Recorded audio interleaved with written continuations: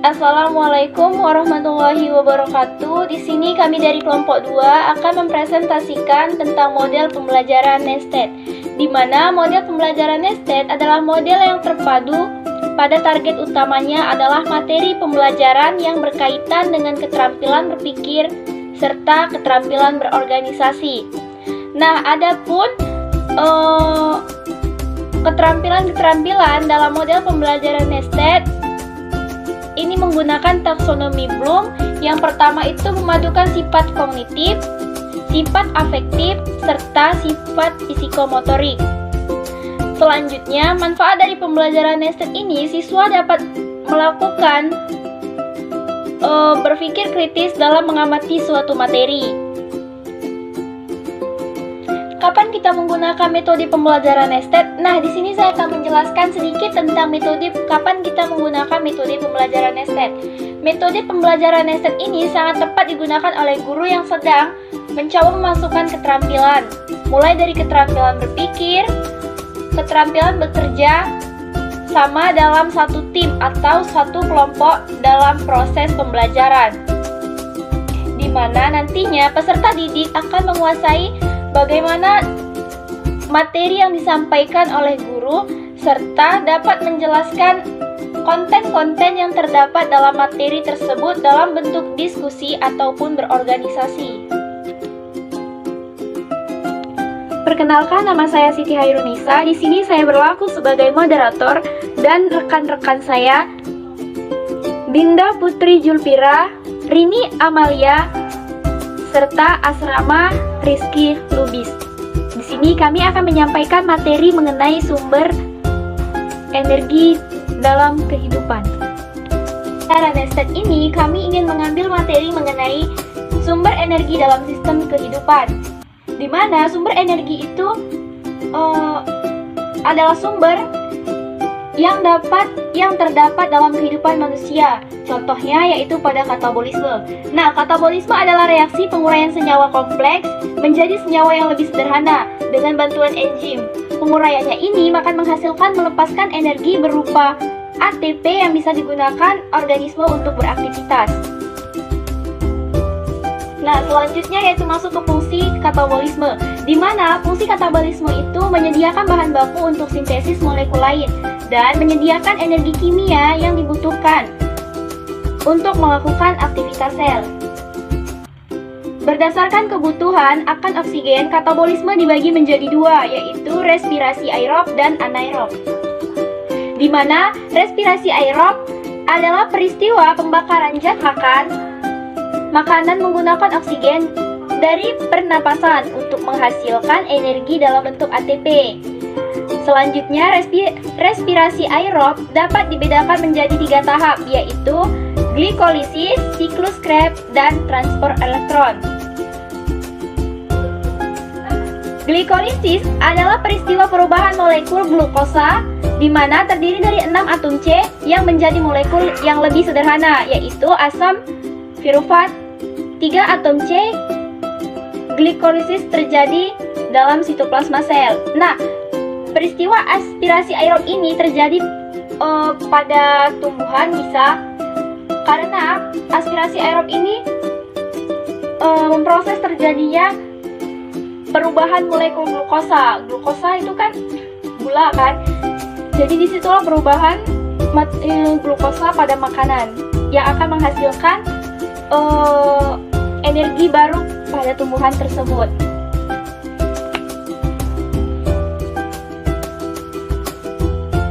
Nah, selanjutnya ada siklus Krebs, di mana siklus Krebs ini merupakan tahap kedua respirasi aerob. Siklus Krebs diawali dengan adanya 2 molekul asam pirufat yang dibentuk pada glikolisis yang meninggalkan sitoplasma masuk ke dalam mitokondria. Sedangkan untuk P yang dihasilkan pada tiap ini adalah 32 ATP.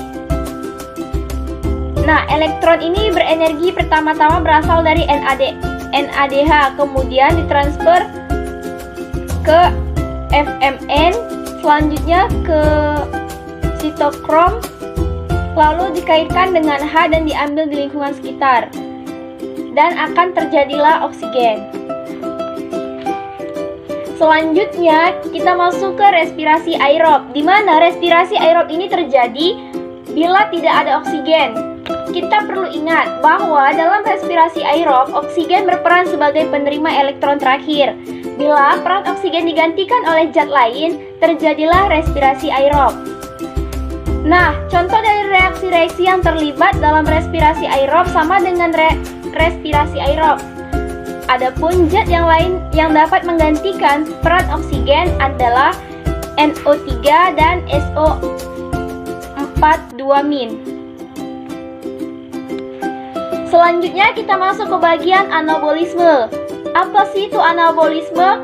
Oke, di sini saya akan menjelaskan secara singkat pengertian mengenai anabolisme.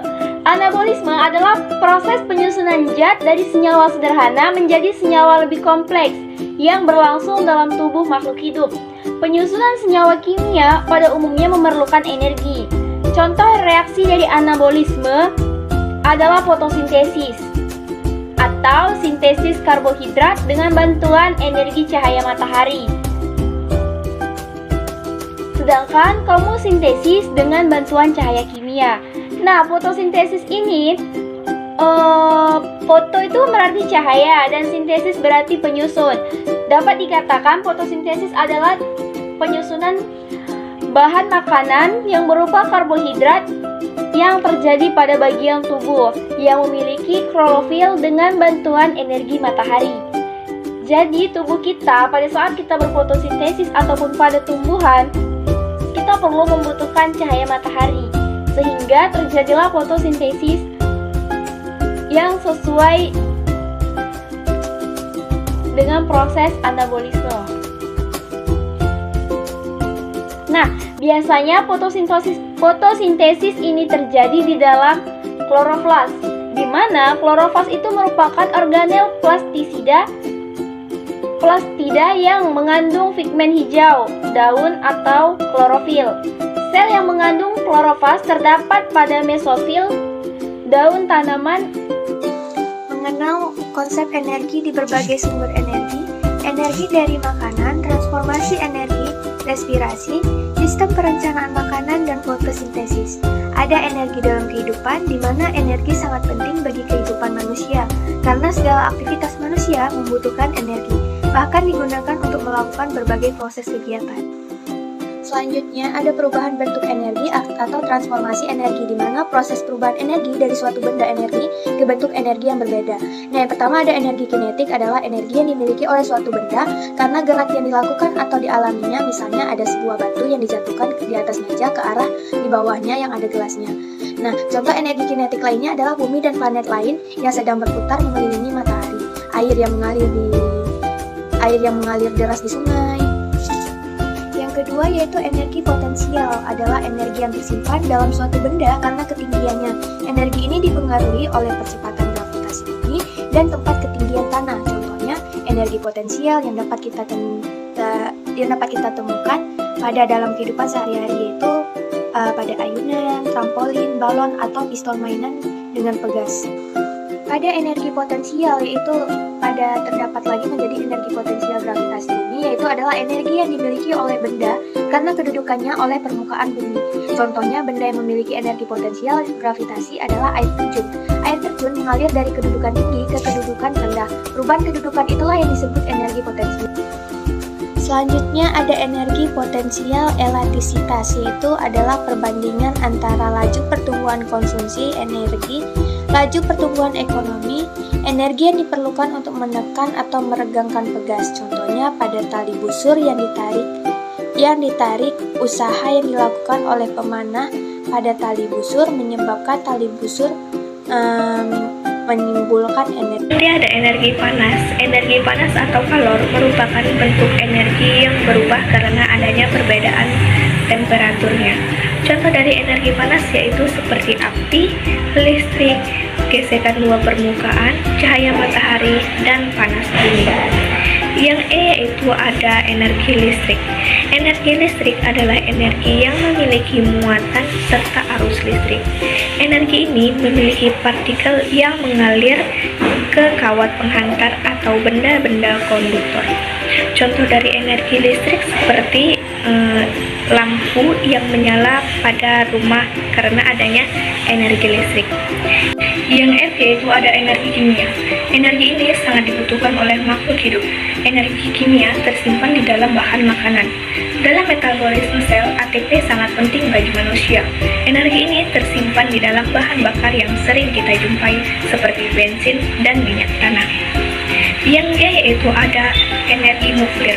Energi ini sama seperti energi kimia, akan tetapi lebih bersifat spesifik. Contoh dari reaksi energi nuklir yaitu seperti pembangkit listrik tenaga nuklir. Warahmatullahi wabarakatuh. Saya akan sedikit menjelaskan materi tentang metabolisme. Jadi, metabolisme adalah reaksi-reaksi kimia yang terjadi di dalam sel. Reaksi kimia ini akan mengubah suatu zat menjadi zat lain. Semua proses metabolisme disebut reaksi enzimatis karena metabolisme terjadi selalu menggunakan katalisator enzim. Enzim bertindak sebagai katalis, artinya enzim dapat meningkatkan laju reaksi kimia tanpa ikut bereaksi atau dipengaruhi oleh reaksi kimia tersebut. Menjelaskan secara ringkas sifat-sifat enzim. Yang pertama, enzim merupakan biokatalisator. Enzim dalam jumlah sedikit saja dapat mempercepat reaksi beribu-ribu kali lipat, tetapi ia sendiri tidak ikut bereaksi. Yang kedua, enzim bekerja secara spesifik. Enzim tidak dapat bekerja pada semua substrat, tetapi hanya bekerja pada substrat tertentu saja. Yang ketiga, enzim berupa kaloid. Enzim merupakan suatu protein sehingga dalam larutan enzim membentuk suatu koloid. Hal ini menambah luas bidang permukaan enzim sehingga aktivitasnya lebih besar. Yang keempat, enzim dapat bereaksi dengan substrat asam maupun basa. Sisi aktif enzim mempunyai gugus R residu asam amino spesifik yang merupakan pemberi atau penerima protein yang sesuai.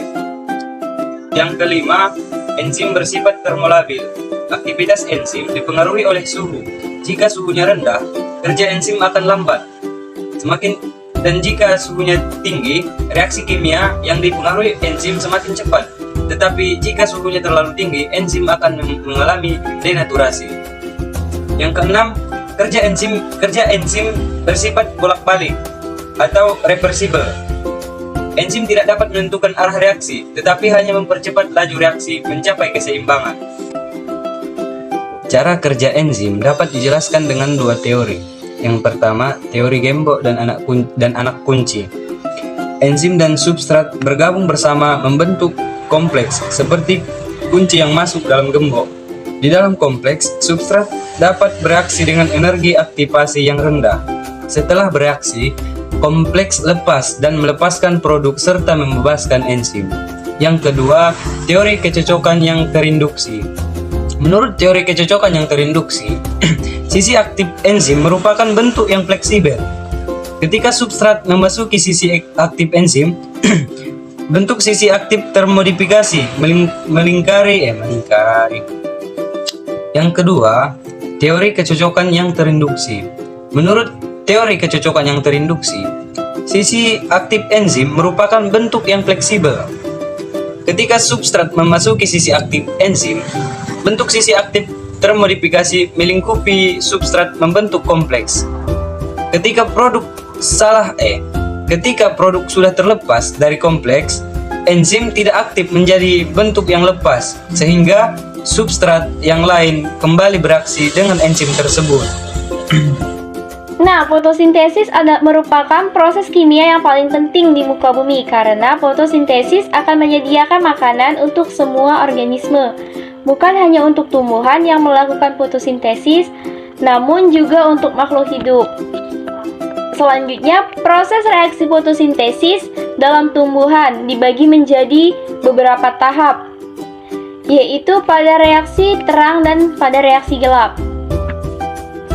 Nah, pada reaksi terang atau light dependent reaction, terjadi dalam membran tilakoid yang di dalamnya terdapat pigmen klorofil, di mana klorofil A dan klorofil B dan pigmen ditambah yaitu karoton. Pigmen-pigmen ini akan menyerap cahaya ungu, biru, dan merah lebih baik dari warna-warna cahaya lain. Sedangkan reaksi terang merupakan reaksi penangkap energi cahaya. Energi cahaya yang diserap oleh membran tilakoid akan menaikkan elektron berenergi rendah yang berasal dari H2O. Selanjutnya, pada reaksi terang yang terjadi di Frigana, energi cahaya memacu melepaskan elektron dari fotosistem di dalam membran tilakoid. Fotosistem adalah tempat berkumpulnya beratus-ratus molekul pigmen fotosintesis, di mana aliran elektron ini melalui sistem transport akan menghasilkan ATP dan menghasilkan NADPH. Nah, lanjut kita masuk ke reaksi gelap atau light independent reaction, di mana reaksi gelap ini merupakan reaksi terhadap dua dari fotosintesis. Reaksi gelap ini biasa tidak memerlukan cahaya. Reaksi gelap terjadi di stoma. Reaksi ini tidak mutlak, terjadi hanya pada kondisi gelap. Nah, reaksi gelap juga memerlukan ATP, hidrogen, dan elektron dari NADPH, karbon dan oksigen dari karbon dioksida. Enzim yang mengkatalisis setiap reaksi merupakan suatu senyawa yang mempunyai 5 atom karbon. Nah, peristiwa tersebut dilengkapi dengan pembentuknya kembali molekul C5 yang selanjutnya akan. Sekian presentasi dari kelompok kami, lebih dan kurang kami mohon maaf, dan kepada Allah kami mohon ampun. Kami tutup dengan wassalamualaikum warahmatullahi wabarakatuh.